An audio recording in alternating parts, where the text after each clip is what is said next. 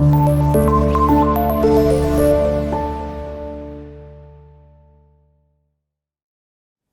वालेकुम class chapter number 10 के numericals में सबसे पहला न्यूमेरिकल है calculate the electrode potential of zinc.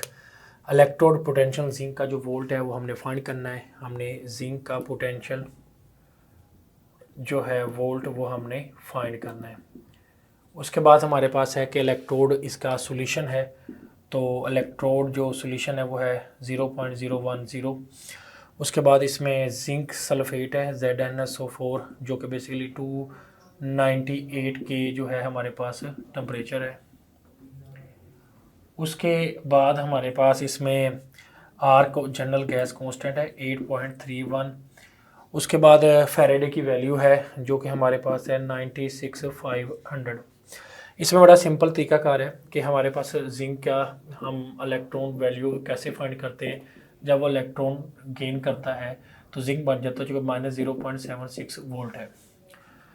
हम यहाँ पे एक फार्मूला लिखते हैं जो कि फार्मूला ये है कि electrode potential is equal to E electrode, आगे हमारे पास वैल्यू जो है माइनस होती है जो कि है आर टी ओवर फैराडे है जिसको हम नंबर ऑफ मोल से मल्टीप्लाई करते हैं और एल एन क्यू चार्ज ये वैल्यू समटाइम प्लस भी होती है। अब यहाँ पे इलेक्ट्रोड वैल्यू जो है -0.76 वोल्ट है जिसको हम माइनस करते हैं R 8.31 जो कि हमारे पास ये है मल्टीप्लाई। अब यहाँ में n फैराडे है जो कि 2 मोल है, हमारे पास 2 मोल है।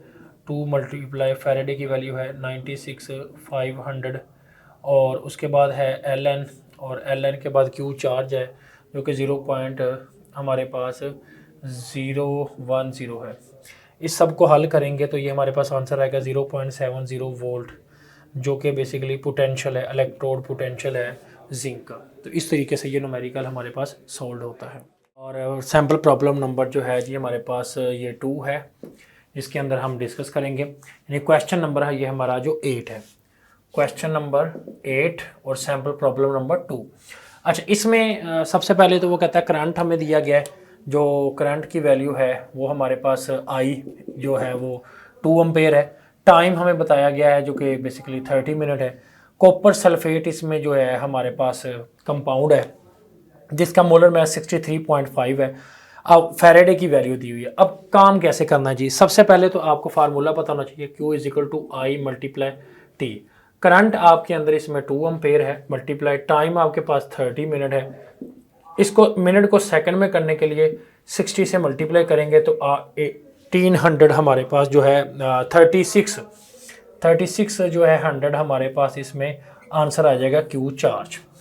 अब ये जो चार्ज आपके पास आंसर आया है इसके लिए हमने इलेक्ट्रॉन वोल्ट की वैल्यू फाइंड करने के लिए हम इसको डिवाइड करेंगे फैराडे की वैल्यू से जो कि 96,500 है। इसका एक फार्मूला है जो कि बेसिकली E क्या होता है Q/F, ये फार्मूला है। इस फार्मूले के थ्रू हमने इसको डिवाइड किया। अब इसमें जो आंसर आता है वो हम अगर कैलकुलेटेड करें तो हमारे पास आता है 0.0373 मोल, ये हमारे पास आंसर आता है। अच्छा, अब हमने काम क्या करना है, क्योंकि हमारे पास जो कॉपर होता है उसमें 2 पॉजिटिव 2 इलेक्ट्रॉन वो गेन करता है तो Cu हो जाता है। 2 इलेक्ट्रॉन गेन करने से जो रिडक्शन होती है तो इसलिए हम इस जो वैल्यू है इसको 0.0373 को 2 पे डिवाइड कर देंगे। तो हमारे पास जो आंसर आता है वो कॉपर की जो वैल्यू हमें चाहिए वो है 0.01865 मोल आंसर आता है जो कि हमें रिक्वायरमेंट है। तो इस तरीके से ये हमारा क्वेश्चन कंप्लीट होता है। तो डैट इज़ द आंसर 0.01865 जो कि हम यहाँ पे एंड पे लिखते हैं 0.01, ठीक है, 865 मोल। तो न्यूमेरिकल कंप्लीट हो गया। अस्सलाम वालेकुम स्टूडेंट, आज हमारे पास चैप्टर नंबर 10 का जो न्यूमेरिकल प्रॉब्लम है वो हम देखेंगे। इसमें न्यूमेरिकल प्रॉब्लम जो 3 है, वैसे इस क्वेश्चन नंबर जो 9 है।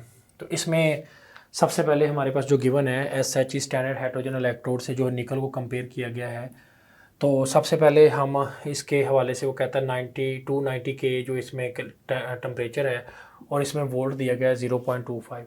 इंतहाई इजी क्वेश्चन है। बैलेंसिंग द इक्वेशन रिएक्शन में के लिए निकल है जी हमारे पास, उसके अंदर टू हाइड्रोजन इलेक्ट्रोड है जो कि बेसिकली जिसके अंदर रिएक्शन होता है, तो निकल का जो है बेसिकली इलेक्ट्रॉन लूज होता है और हाइड्रोजन यहाँ पे गेन कर लेता है। इसको हाइड्रोजन को बैलेंस करने के लिए यहाँ पे 2 लगा देंगे तो ये इक्वेशन बैलेंस होगी। तो सबसे पहला क्वेश्चन यही है, बैलेंसिंग द सेल रिएक्शन। अगला है कि स्टैंडर्ड हाइड्रोजन इलेक्ट्रोड वैल्यू जो है पोटेंशियल है उसका इलेक्ट्रोड वैल्यू कैसे लिखते हैं। उसके लिए सबसे पहले आपने निकल लिखना है, निकल, और निकल के बाद आपने इलेक्ट्रोड लगाना है। फिर निकल जो है बेसिकली निकल से N2 पॉजिटिव हो गया, ये लगाना है। फिर आपने यहाँ पे साल्ट ब्रिज का ऑप्शन लगाना है। फिर आपके पास जो हाइड्रोजन है वो पॉजिटिव में था, फिर इलेक्ट्रोड, फिर आपका हाइड्रोजन किस में हो गया, H2 में। ठीक है, तो ये हमारे पास इलेक्ट्रोड पोटेंशियल है।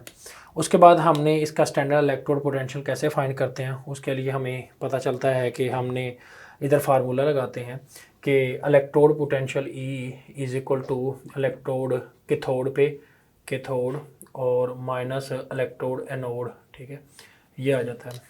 अब कैथोड हमारा 0.00 है और माइनस यहाँ पे आ जाता है निकल, इलेक्ट्रोड जो है जो निकल पे होगा, और इस साइड पे हमारे पास इसकी वैल्यू कितनी आ जाती है, 0.25 वोल्ट। ठीक है, 0.25 वोल्ट आ जाता है बेसिकली। अब आपको डेफिनेटली पता है कि 0.00 ही होता है, तो इसमें हमारे पास जो आंसर है वो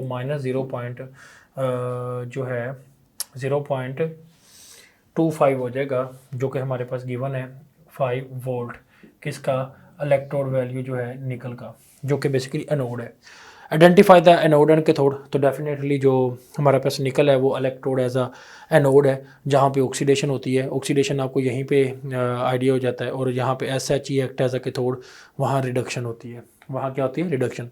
आपको इस बात का कैसे पता चलता है कि निकल जो इलेक्ट्रॉन लूज़ करता है तो ऑक्सीडेशन, हाइड्रोजन गेन करता है तो उधर क्या होती है, रिडक्शन होती है। तो यहाँ पर हमारा कंप्लीट जो है ये क्वेश्चन न्यूमेरिकल कंप्लीट हो गया।